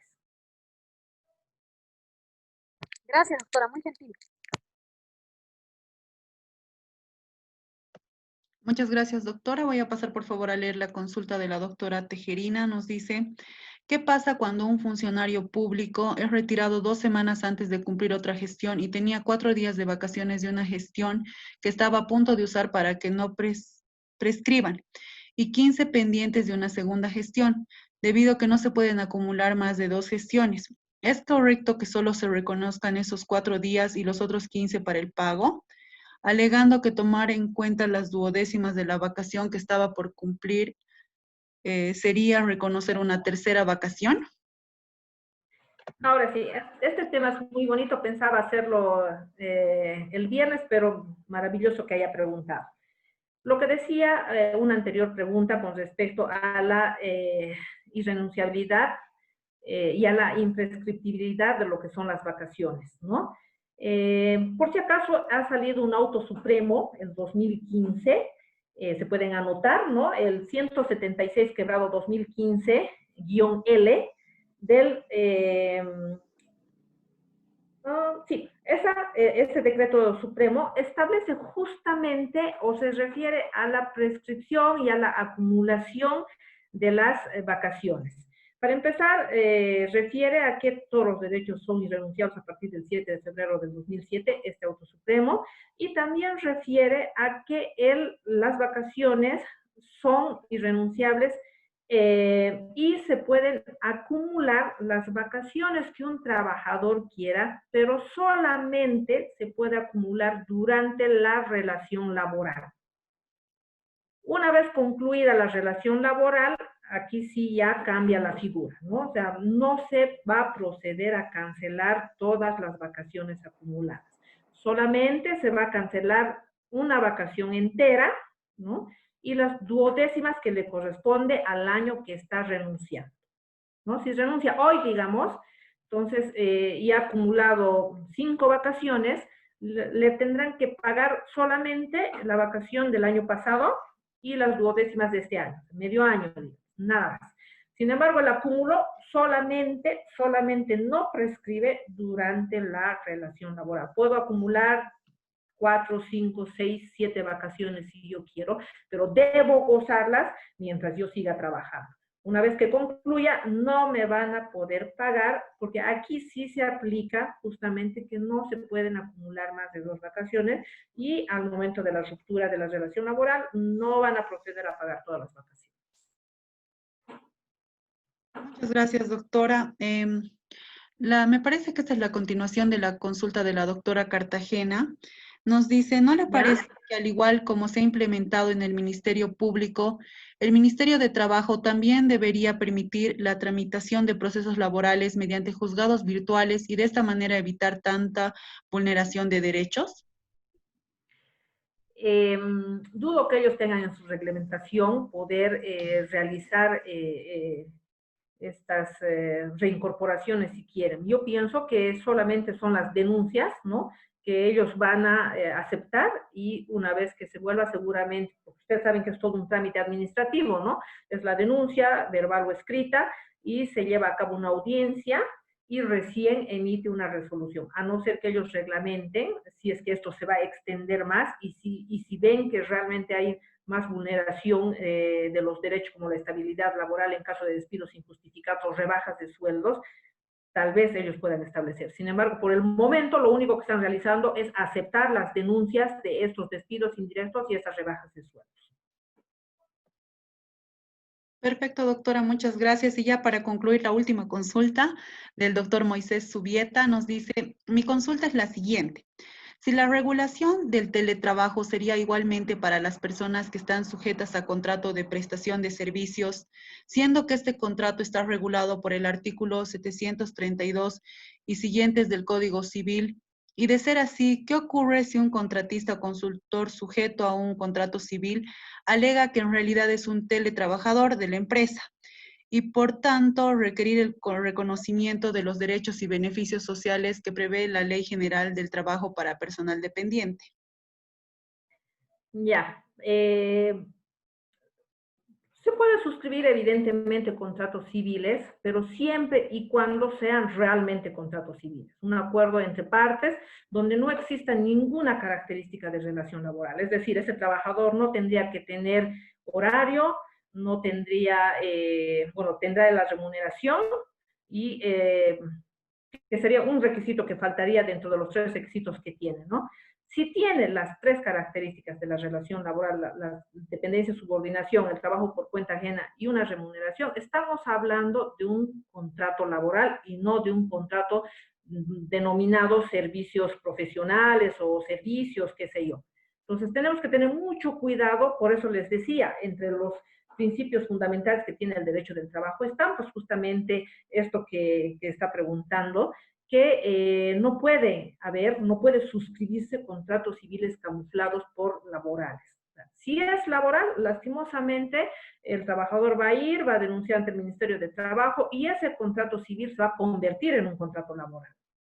Ahora, si realmente es un contrato civil que se ha contratado, qué sé yo, a un auditor, a un contador público para que haga un balance en un mes, digamos, y le vamos a pagar por ese balance un determinado monto, pero este trabajador puede teletrabajar, obviamente, pero no tendrá, este trabajador no va a tener las características, porque puede trabajar mañana, tarde, noche, sábados, domingos, porque no tiene una relación laboral. Ese sí es un contrato civil. Sin embargo, si este trabajador tiene todas las características, tiene un horario, tiene una remuneración mensual, está acatando las órdenes de su empleador, entonces estamos hablando de un contrato laboral y automáticamente este contratito de servicio profesional se convertirá pues en un contrato laboral. Obviamente con todos los derechos y beneficios sociales que la ley que corresponda. Perfecto, doctora, muchas gracias. Por favor, antes de finalizar la videoconferencia, las personas que están presentes, recordarles que hoy deben realizar la presentación de la participación en foro hasta las 23:59. Bueno, se les recuerdo eso, por favor, y agradecerle, doctora, por el tiempo que ha dispuesto para que se pueda llevar a cabo esta videoconferencia, que estoy segura ha sido de mucho interés para todos los participantes. Yo gustosa, muy agradecida, espero les haya servido, ayudado, absuelto algunas dudas y con seguridad, reitero, van a haber muchas más, vacíos las hay, y además la normativa laboral es pues muy dispersa, es muy amplia, ¿no? Hay muchos decretos, resoluciones que regulan inclusive un solo artículo, etcétera. Entonces, por eso es que mucha gente desconoce nuevas normativas o cuáles están derogadas o abrogadas, ¿no? Sin embargo, como les digo, puesta no solo en este seminario, sino cuando quieran hacer alguna consulta externa, interna, tienen mis datos los de ITER Academy. Yo gustosa siempre he tratado de colaborar a la gente, a cualquier persona que me pregunte, entonces siempre voy a estar puesta a absorber cualquier consulta. Muchas gracias, doctora. Estamos seguros de que para los participantes ha sido muy interesante esta exposición y estamos seguros que el viernes también va a tener el mismo interés para los participantes, así que agradecemos nuevamente por el tiempo que dispone para llevar a cabo este módulo y también estas videoconferencias. Muchas gracias. Entonces, nos vemos el viernes. Recuerden que ahí vamos a ver un poco más justamente el pago de derechos y beneficios sociales en diferentes causas de desvinculación del trabajador. Perfecto, entonces agradecemos a todas las personas que han participado de esta videoconferencia. La misma ha sido grabada y va a ser subida posteriormente a plataforma para su revisión. Nuevamente agradecerles, que tengan un excelente feriado. Buenas noches a todos. Buenas noches.